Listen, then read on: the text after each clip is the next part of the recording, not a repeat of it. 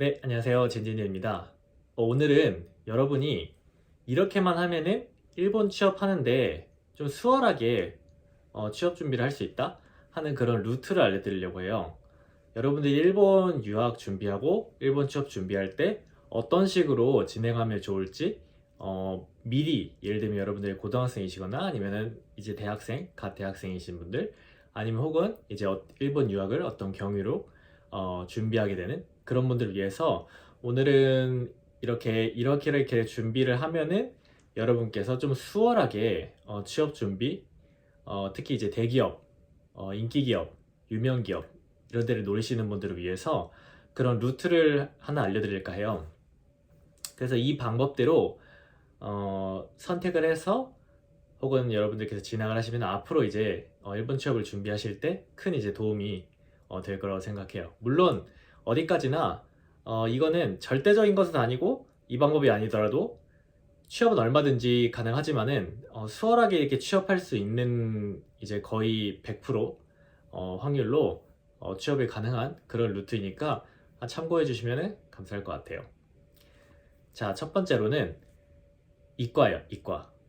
어, 일본 유학을 준비하시는 분들 거의 대부분이 문과생이실 거예요. 제가 이제 일본 유학을 준비했었을 때가 거의 한 11년 전이었는데, 12년 전? 12년 전이었는데, 이제 그 당시에도 한 80%는 문과생, 일본 유학을 준비하는 사람들 80%는 문과생. 특히 이제 여성분들은 이제 90% 정도가 이제 문과생인 경우가 많았는데, 여러분께서 이과에 어느 학부로든지 지원을 해도 거의 취업이 정말 거의 100% 확률로 된다고 보시면 돼요. 그러니까 취업에는 이과가 그냥 짱이에요. 그러니까 심지어는 이제 여러분들이 이과로 진학을 하시면은 그 학력 필터라고 제가 말씀드렸잖아요. 학력이 예를 들면 어디급 정도까지가 어, 취업하기가 수월한 대기업에서 학력으로 거르지 않는 라인이다. 라고 이렇게 학력 필터라는 걸 제가 소개해 드린 적이 있었는데 그거에도 이과는 거의 걸리지가 않아요. 일본에도 마찬가지로 문과보다는 이과 진학률이 적어요. 근데 취업 시장, 취업 시장에서 원하는 인재들은 이과의 인재가 많아요. 거의 대부분이 이과예요.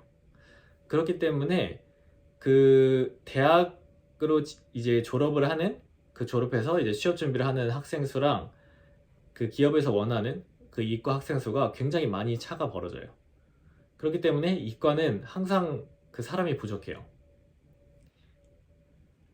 여러분이 이제 이과라는 이유 하나만으로 조금 이제 편차치가 떨어지는 그런 대학을 가셔도 상당히 이제 편차치가 높은 대학 그런 문과생들에 비해서 뒤지지 않는 취업이 가능해요. 여러분이 만약에 아직 고등학생이시다, 뭐 고3, 뭐 재수, 뭐 이런 분들도 괜찮아요. 사실 1년 더 투자해서 이과로 전형을 해서 1년 수학, 물리, 화학 빡시게 공부하셔가지고 이과로 진학하시는 걸 추천을 해요.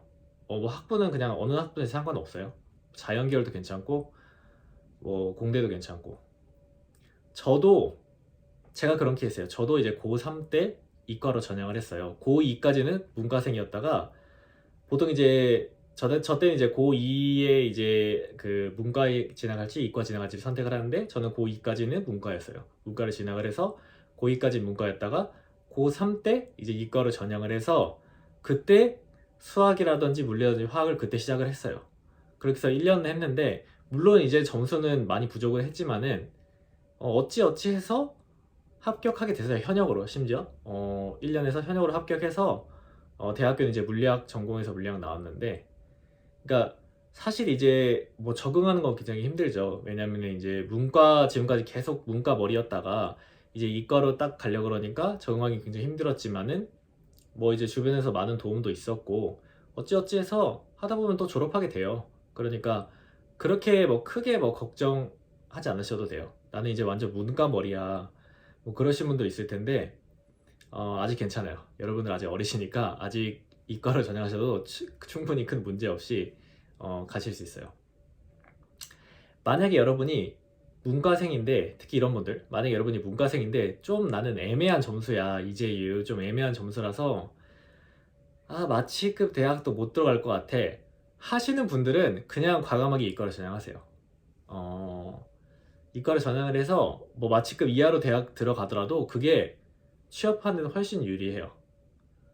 그리고 또 이과의 경우는 이제 대학원으로 이제 제가 그 학력 세탁이라고 그 영상을 찍었었는데, 이제 그런 대학원으로 이제 진학을 해서 조금 더 이제 학력을 높이는 그런 또 스킬도 있으니까, 그런 분들 이제 과감하게 그냥 이과를 전향하셔서, 여러분들 문과이신 분들이더라도 수학, 물리화 공부하셔서 같은 대학이라도, 이제 같은 대학도 이제 대학도 상대적으로 편차치가 낮은 그런 학부들이 있어요.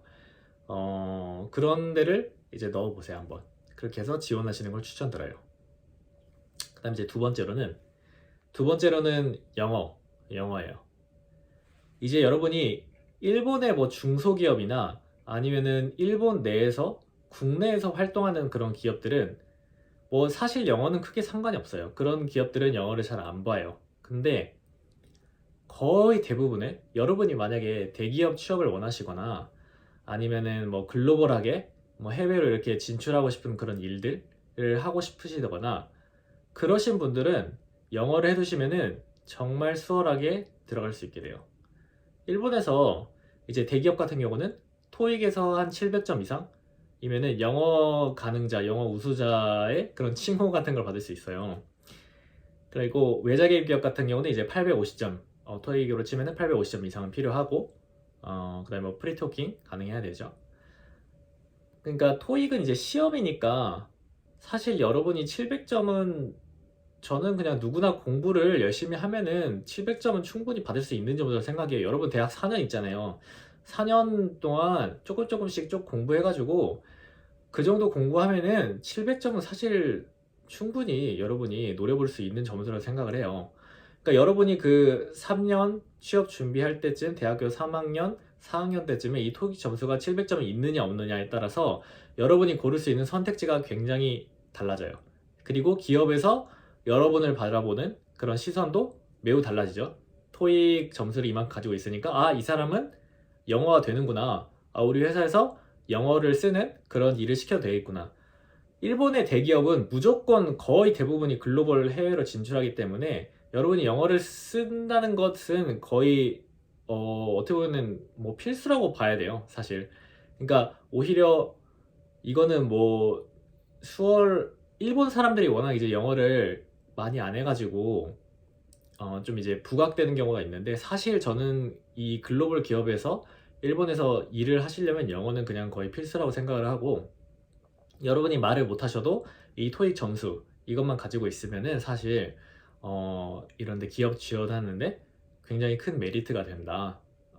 그런 걸로 전 생각을 하고, 그러니까 대기업에서는 이 점수만 있으면은 이 사람이 이제 포텐셜을 사죠.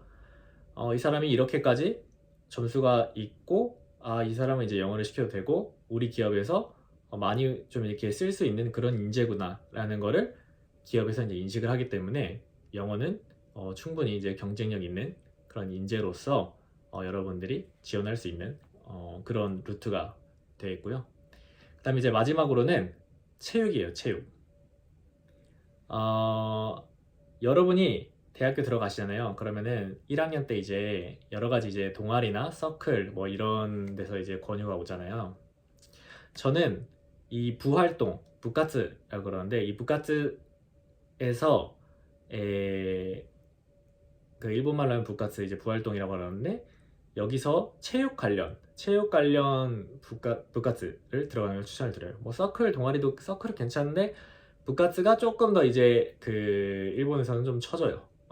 제대로 얘가 운동을 했구나, 약간 이런 느낌으로 쳐주고, 혹은 이제 들어가지 않더라도 내가 이제 취미로라든지 이렇게 정기적으로 이렇게 스포츠를 한다든지, 아니면 뭐 이제 헬스장 가서 이제 트레이닝을 해서 몸을 좀 이렇게 만드신다든지, 그런 식으로 뭐 러닝을 하신다든지, 그런 식으로 뭔가 이렇게 몸을 쓰는 그런 취미를 만들어주는 게 좋아요. 일본에서는 이런 체육 관련 활동을 굉장히 높게 평가를 해주거든요. 특히 이제 영업직 같은 경우는, 이건 문과생들이 좀 많이 하시는데, 영업직 같은 경우는 거의 체육 이쪽 분들을 굉장히 많이 선호를 해요. 또 뭐 상사라든지 아니면 건설 쪽이라든지 업계에 따라서 약간 좀 이제 그 남자들이 좀 많은 곳, 약간 좀 이제 그 좀 마시거나 이렇게 남자들이 많은 곳은 좀 이게 몸 좋은 사람들을 굉장히 선호를 해요. 그러니까 일에 이제 부하가 많으니까 그걸 견뎌낼 수 있는 사람을 필요로 하는 거죠. 자, 이렇게 세 가지 알아보았는데요. 첫 번째로는 이과 학부로 진학하는 것. 그 다음에 두 번째로는 영어 공부를 해서 토익 점수를 700점 이상 만들어 놓는 것. 그 다음에 세 번째로는 체육계 부활동이나 아니면 스포츠를 통한 이제 꾸준한 체력 관리. 이렇게 세 가지 전부 다 올마이티 하면은 완전 퍼펙트지만은 사실 이 중에서 이제 두 가지만 여러분들이 되셔도 일본 취업을 하는 데는 제가 생각에는 이제 대기업이나 뭐 인기기업 노리실 때 충분히 이제 도움이 되는 활동들이에요. 그러니까 사실 뭐 이제 그 외에 자격증, 한국에서는 너무 많이 필요하잖아요. 자격증이 뭐 토익은 기본이고 학력도 좋아야 되고 뭐 인턴 경험도 있어야 되고. 근데 일본은 아직 일본은 이제 그 유효구인배율이 굉장히 높고 기업에서 뽑고자 하는 사람이 굉장히 많은데 비해서 이제 기업에서 일을 하는 사람, 그러니까 사람이 별로 없으니까